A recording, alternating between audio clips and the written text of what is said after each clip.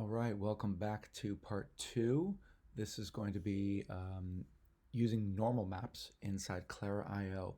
We're going to give this simple plane a brick texture and a brick normal map, which should give the illusion that it is bumpy when really it's only a single face.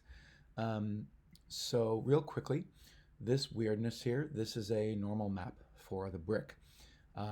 As if you remember from part one, I started off with a diffuse color map, which was the color photograph of the brick that I downloaded from the web.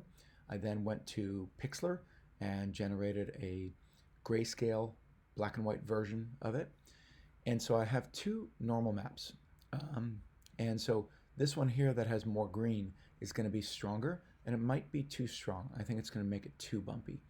And so I made a less powerful one, and I might even need to make a third one to go from there, but we'll see. All right, so here back in Clara, we're going to go ahead and import all of our images.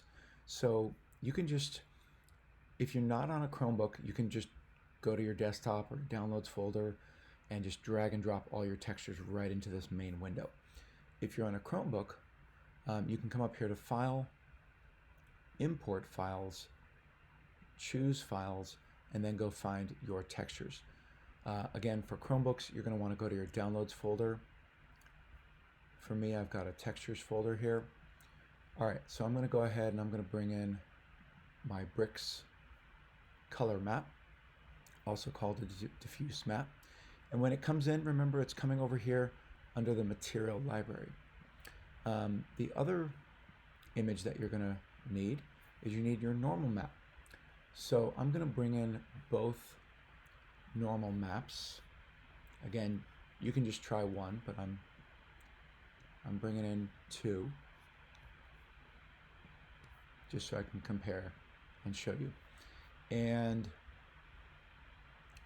the final one that I'm going to bring in, you don't have to, but this generally makes for a better project, is I'm going to bring in the one called the specular map. And remember, specular means shine.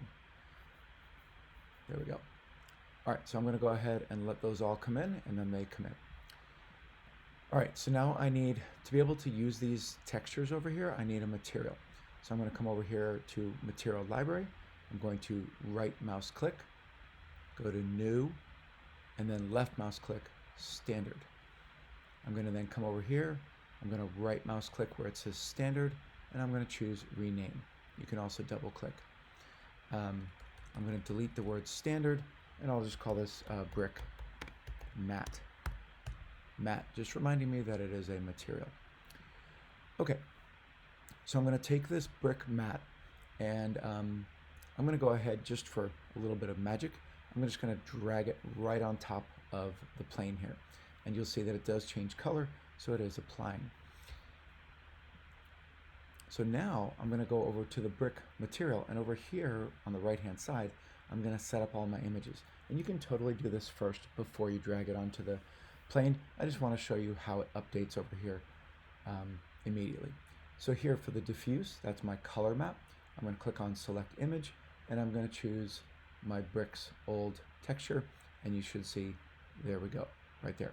Now I am on a laptop and I don't have a mouse, so all my controls are a little bit different. So in terms of orbiting around and things like that, it's going to be a little bit different.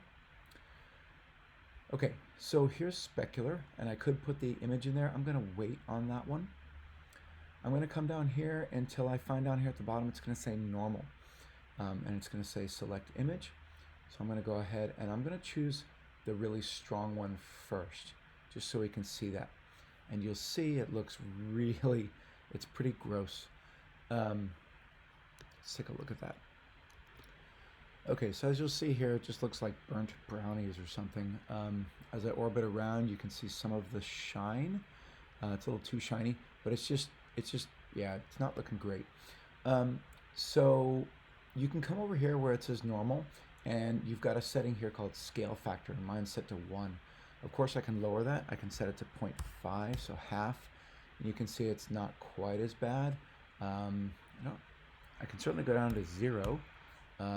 It still looks not so great. I could set it to 0.25.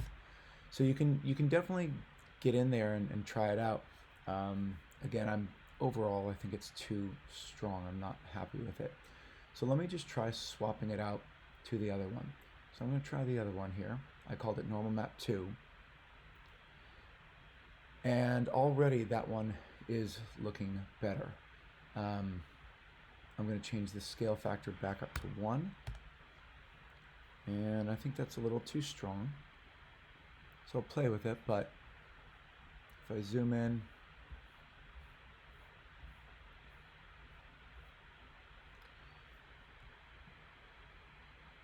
yeah, it's getting there. I'm going to go ahead and bring it down to 0.5, so half, something like that. Now I think it's too shiny. It's as if it just rained. So this is where, there you go. So now you can really see the shine. It looks like there's water actually collecting in the grout, which is actually really kind of cool. So I'm going to come up here and I'm going to choose the specular map. So remember, specular is shine. So right here I'm going to click on select image and I'm going to choose the spec map. Okay, so that's already better. In a specular map, if you think about it, where should these gross, dirty old bricks be shiny? They should be shiny on the top surface where it would receive rain, and then they shouldn't be very shiny down here in the grout unless there's water pooling down there. And that's really about it. So you can see that as I orbit around now, you can see it really is looking better. And the cool thing is it's just a flat plane. So that's it. So now I can play with the glossiness. Maybe 50 is too much, so I'll put that in half. 25, that's looking better. So play with the numbers, see what you get. So again, this is all a trick, it's all an illusion. It's a pretty decent illusion. And so that's it. So less than 20 minutes worth of work, 2 parts to a tutorial, and you get an already better looking texture. So there are other maps that you can create. There's one called a displacement map. It's also called a bump map. This is the one that I would make next. A bump map, otherwise known as a displacement map, that is this one here. That one, it's like a normal map, but typically for this one, unlike the normal map, it actually moves the geometry up and down. So it physically moves the vertices up and down. And to do that, you actually have to have more geometry.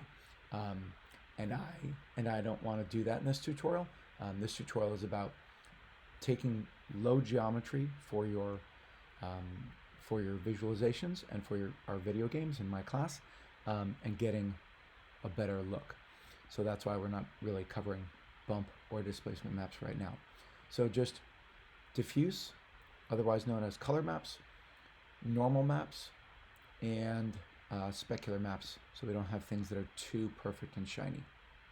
Okay, I hope this helps you out, and I'll see you next time. Thanks, everyone.